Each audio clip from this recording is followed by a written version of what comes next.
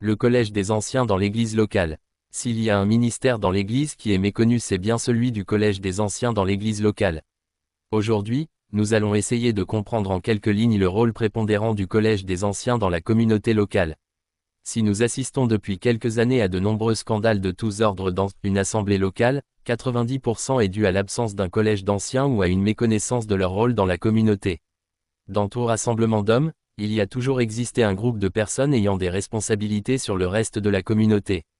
Et même s'il y a un leader désigné, autour de lui est toujours établi un groupe de personnes dont l'objectif est de soutenir le leader, l'accompagner dans ses charges et surtout de réguler son pouvoir sur le reste de la communauté.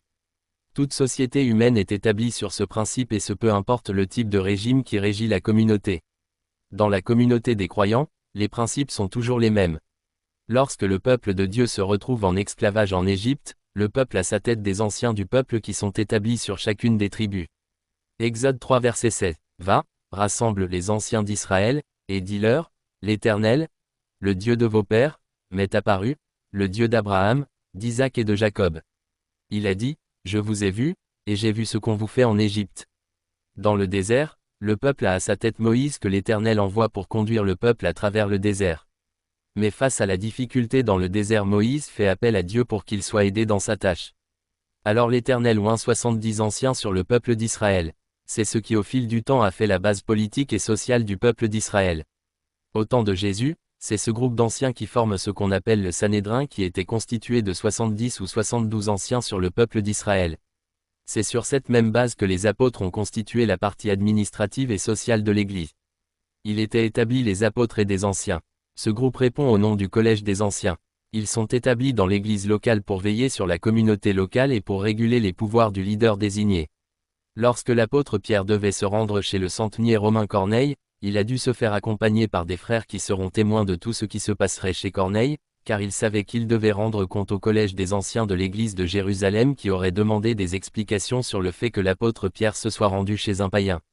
Les apôtres et les frères qui étaient dans la Judée apprirent que les païens avaient aussi reçu la parole de Dieu, en disant, « Tu es entré chez des incirconcis, et tu as mangé avec eux. » Pierre se mit à leur exposer d'une manière suivie ce qui s'était passé.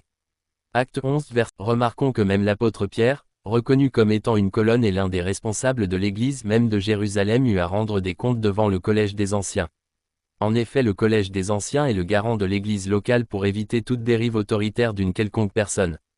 Il est établi par les hommes de la communauté et les responsables sous l'inspiration du Saint-Esprit dans la communauté.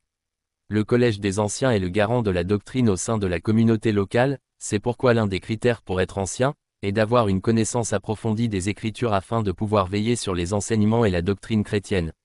Lorsqu'à un moment donné, Paul et Barnabas ont eu à faire face à des faux frères qui voulaient corrompre la doctrine de Christ, ils sont montés vers l'église de Jérusalem où se trouvaient les apôtres et le collège des anciens. Ceci est rapporté dans Acte 15 où on peut assister à ce qu'on peut appeler le premier concile apostolique.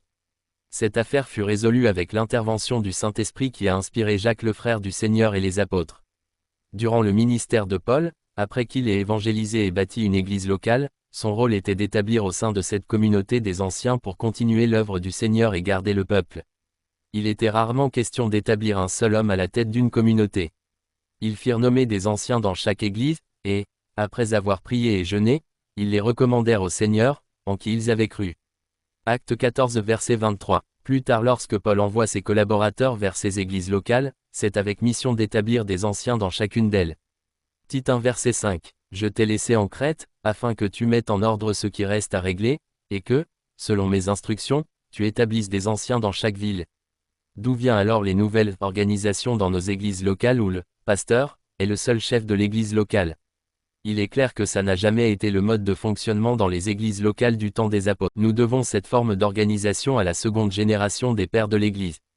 Tertullien, 160 à 220, Hippolyte, 170 à 235, Cyprien de Carthage, 200 à 258, Léon Ier, 400 à 461, entre les 2e et 5e siècles. C'est une doctrine adoptée par le catholicisme et reprise par les protestants. Au départ, il n'en était pas ainsi. Le Seigneur seul est le chef de l'Église locale et universelle. Nous avons dit que le collège des anciens veille à la doctrine établie dans l'Église locale sur la base de la doctrine chrétienne basée sur Christ. Un ancien est un enseignant, il peut s'agir de quelqu'un appelé au ministère apostolique, évangélique etc. Il doit avoir une assez bonne connaissance de la doctrine biblique et doit être capable de réfuter, de corriger, de reprendre, d'enseigner, etc.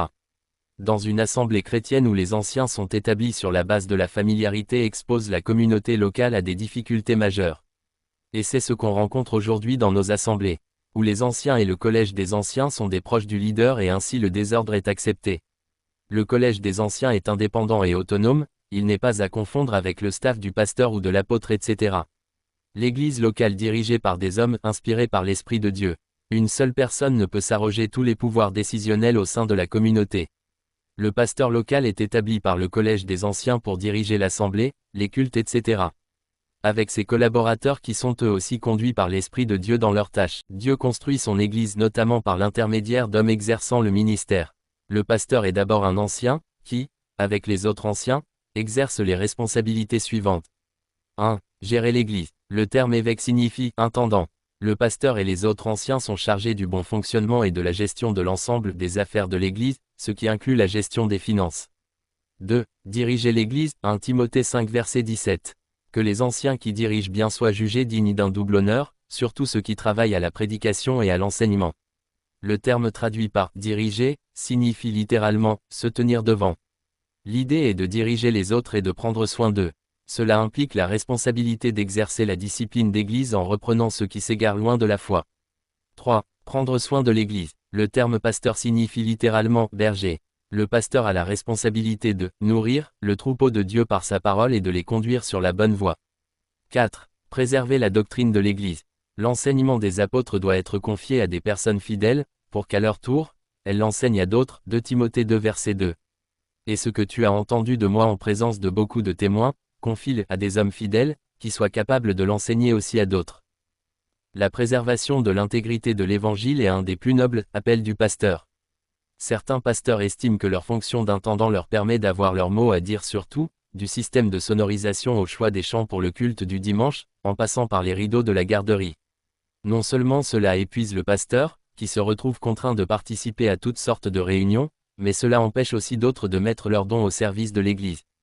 Un pasteur ne peut à la fois superviser et déléguer. De plus, le modèle biblique d'un collège d'anciens, avec des diacres pour les assister, exclut cette forme de pastorat. Le commandement de « diriger » l'Église peut également être pris à l'extrême.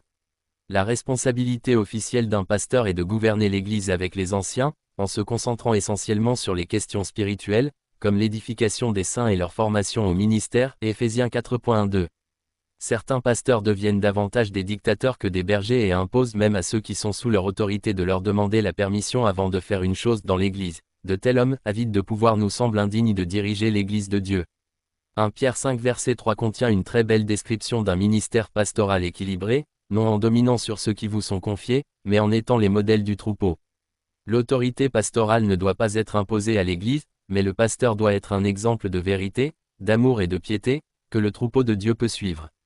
Le pasteur est l'intendant de Dieu et il devra rendre compte à Dieu pour la manière dont il aura exercé son ministère. Le collège des anciens est appelé à jouer son rôle et s'il n'y en a pas, il est primordial d'en établir un.